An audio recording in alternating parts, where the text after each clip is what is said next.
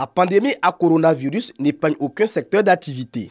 Le Centre national des transfusions sanguines en paye un lourd tribut. Ces locaux ne sont plus fréquentés par leurs donneurs. Conséquence, le sang et les produits sanguins se font rares dans les structures sanitaires du pays. Pour soulager les nombreux malades qui attendent juste une poche de sang pour recouvrer la santé, l'Association des internes des hôpitaux de Côte d'Ivoire organise une opération don de sang. Nous avons constaté une pénurie de sang au niveau de tous les établissements publics. Nous étant des internes, la cheville ouvrière au niveau des CHU, donc nous avons voulu initier cette activité. À cet effet, les membres de cette organisation, leurs parents et amis ont fait le déplacement. Un geste salué par le premier responsable du CNTS de Bouaké. Aujourd'hui, de voir nos praticiens s'impliquer dans cette quête de la disponibilité du sang, c'est un gros soulagement pour tout centre de transfusion sanguine. Avec 35 donneurs en moyenne par jour avant l'avènement de la Covid-19, le CNTS de Bouaké n'enregistre que 5 désormais. Une situation qui a de nombreuses conséquences sur les patients des structures sanitaires.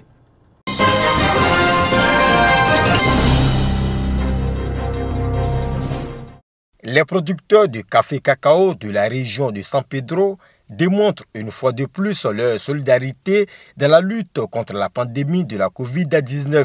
La société coopérative de Saint-Paul vient de faire des dons.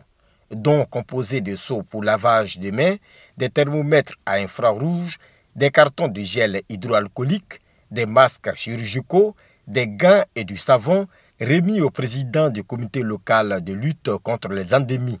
Ces dons sont destinés au CHR, Centre hospitalier régional de San Pedro.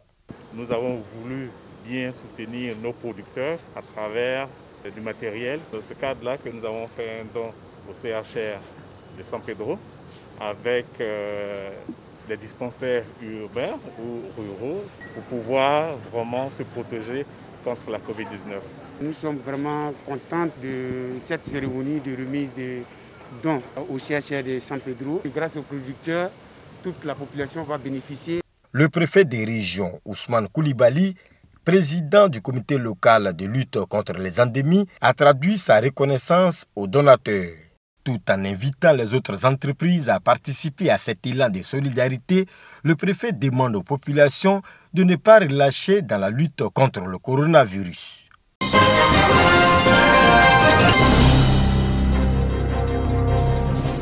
397 000 cache-nez. C'est la dotation de la Direction régionale de l'éducation nationale, de l'enseignement technique et de la formation professionnelle de Soubré pour cette première phase de distribution gratuite de masques. Ces masques de protection reçus par le directeur régional Vazouman Cissé sont remis automatiquement aux différents chefs d'établissement publics et privés, du secondaire et du primaire de la région de la Nawa. Vraiment, c'est un plaisir pour nous de recevoir des kits pour pouvoir lutter encore contre le Covid-19. Pour ce que nous avons reçu, nous pensons que nous pouvons gérer cela, puisque déjà nos élèves sont venus déjà avec des cache-nez. Donc ce que le gouvernement vient de faire, c'est un geste à louer. Ça vient renforcer ce que nous avons déjà. Nous avons des élèves à gérer, nous leur donnons ce qui leur revient de droit. Il y a le personnel enseignant, il y a le personnel d'encadrement.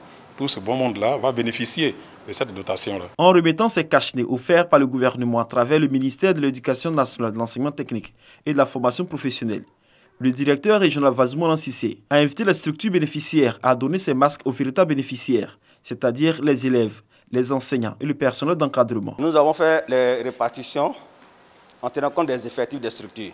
C'est un appui du gouvernement parce que le monde entier est bouleversé par cette pandémie. Nous sommes dans un milieu rural où le cache-nez qui apparemment ne coûte pas cher mais difficile aux parents de s'en procurer régulièrement pour donner aux enfants. Donc c'est un appui considérable, c'est un appui vraiment inestimable. Nous ne pouvons que dire merci au gouvernement. Même si ces cache-nez ne couvrent pas tous les besoins des acteurs du système éducatif de la région de la Nawa, certains établissements ont pris de l'avance en mettant des dispositifs pour casser la chaîne de contamination. Le lavage des mains et le port des cache-nez sont exigés avant tout accès aux salles de classe.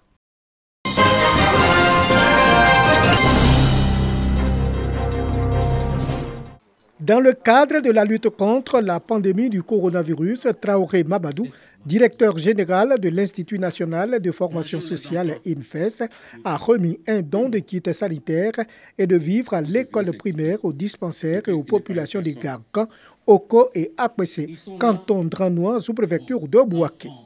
Le don est composé de thermomètres infrarouges, des seaux à robinet, des seaux simples, du savon liquide, de gel hydroalcoolique, de cache-nez et de sacs de riz. Selon Traoré Mamadou, fils de Garkan, ce geste est une réponse à l'appel du chef de l'État Alassane Ouattara et au Premier ministre Amadou Gon Coulibaly qui ont sollicité la solidarité nationale pour soutenir la lutte contre le coronavirus. Notre soutien, c'est d'abord par la sensibilisation. Et en passant par la sensibilisation, nous avons pris pour nous, qui sont éducateurs, des experts en sensibilisation, qui sont les travailleurs sociaux, pour sensibiliser nos parents sur la conduite à tenir dans le cadre de la Covid-19 pour éviter la Covid-19. Les bénéficiaires ont remercié le donateur pour sa générosité. Il ne suffit pas de sensibiliser, il faut aussi avoir le matériel concret, comme on le dit, pour concrétiser ce que tu dis, ce que tu fais. En marge de la cérémonie de remise de dons, les populations ont été sensibilisées par les travailleurs sociaux sur les différentes mesures en vigueur prises par les autorités pour se protéger du coronavirus.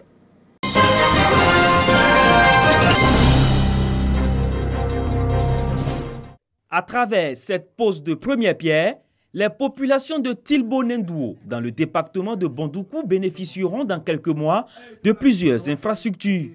Construction et réhabilitation de salles de classe, une cantine, un centre de santé communautaire, 2 forages, avec la mise en œuvre d'un point d'eau.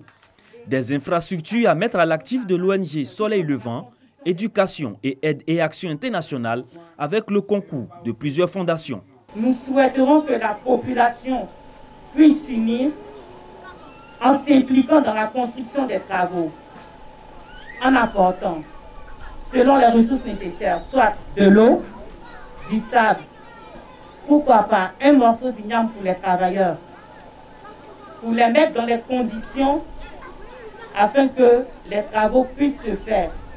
Et aussi la sécurité du matériel vous incombe. Et pour cela, nous comptons sur la chefferie. Le coût de ces infrastructures est estimé à plus de 95 millions de francs CFA. Cette initiative de l'ONG Soleil Levant vise l'amélioration des conditions de vie des populations de Tilbo-Nendouo, estimée à plus de 2000 âmes.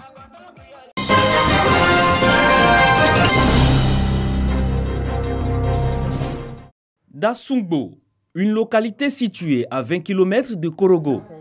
Ici, le sous-préfet de la localité donne le top départ de l'opération d'enrôlement pour l'établissement de la carte nationale d'identité. Au cours de ce lancement, les populations ont été sensibilisées sur l'importance de la pièce d'identité dans le processus électoral. L'activité se déroule en pleine situation sanitaire due au coronavirus.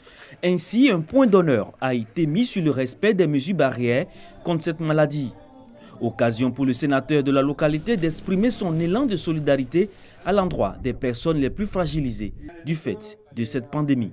Tous les parents de la sous-préfecture de Dassungbo, les femmes, les jeunes et tous les sachants, qu'ils viennent ensemble nous aider à continuer la sensibilisation, à faire l'enrôlement de tous les parents, de tous les nouveaux majeurs et de s'inscrire sur la liste électorale le moment venu.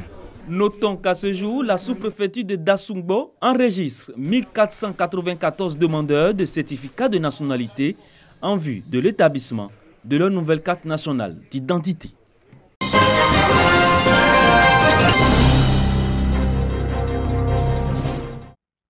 4,5 tonnes.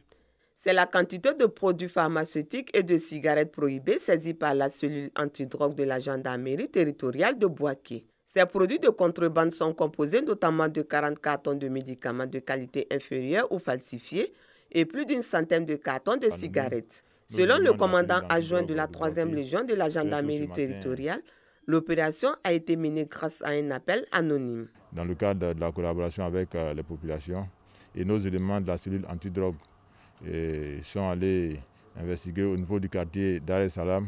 C'est le lieu encore d'inviter la population à mieux collaborer avec les forces pour que nous puissions ensemble protéger les populations et mieux encore essayer de contribuer à la lutte contre le grand banditisme. Saisi de l'affaire, le substitut du procureur de la République près le tribunal de première instance de Bouaké a dénoncé cet état de fait qui porte un coup à la santé de l'homme et à l'économie du pays. Ces produits qui arrivent par des voies détournées échappent à tout contrôle des autorités douanières, ce qui a une conséquence vraiment très importante sur l'économie. Parmi ces produits qui ont été saisis, il y a la chloroquine.